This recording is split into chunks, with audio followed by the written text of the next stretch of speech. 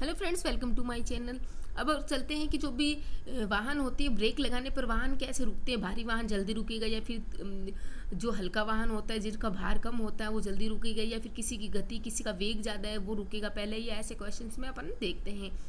अगर दो वाहन है अर्थात दो गाड़ियाँ, दो ट्रकें, दो कार एक समान वेग से चल रही है तो वो एक समान दूरी पर जाकर ही रुकेंगे क्योंकि उनका वेग समान है। अब देखते हैं कि संवेग और गतिज ऊर्जा में संबंध।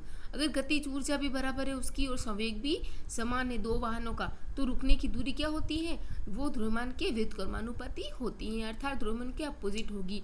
द्रव्यमान ज़्यादा तो दूरी कम, अर्थात ज़्यादा भारी होगा वो कम फटाफट थोड़ी सी दूरी में जाके रुक जाएगा, और जो कम भारी होगा वो बहुत ज़्यादा दूरी पे जाके फिर रुकेगा। तो ये व्युत्क्रमानुपाती होता है दूरी के। अब क्वेश्चन में आ जाए कि दो वाहन है, ट्रक है, उनके गतिज ऊर्जा या संवेग समान है तो पहले कौन सा रुकेगा।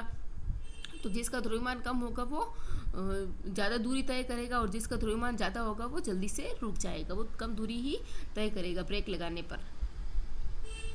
ये तो वेग और गतिज ऊर्जा का रिलेशन हो गया। अब एक क्वेश्चन है इधर कि एक कार है, ट्रक समान गतिज ऊर्जा से चल रही है, तो एक समान ब्रेक लगाने पर पहले कौन रुकेगा।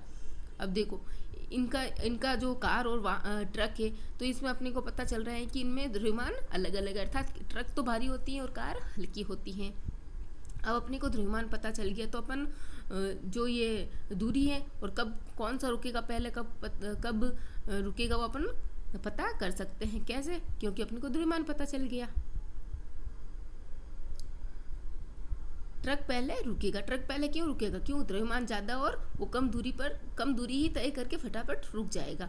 द्रव्यमान ज़्यादा, दूरी कम तय करेगा। और अगर कार है, कार की अपने को पता है कंपेरेटिवली ट्रक के, तो कार का द्रव्यमान कम है तो वो ज़्यादा दूरी तय करके रुकेगा ब्रेक लगाने पर।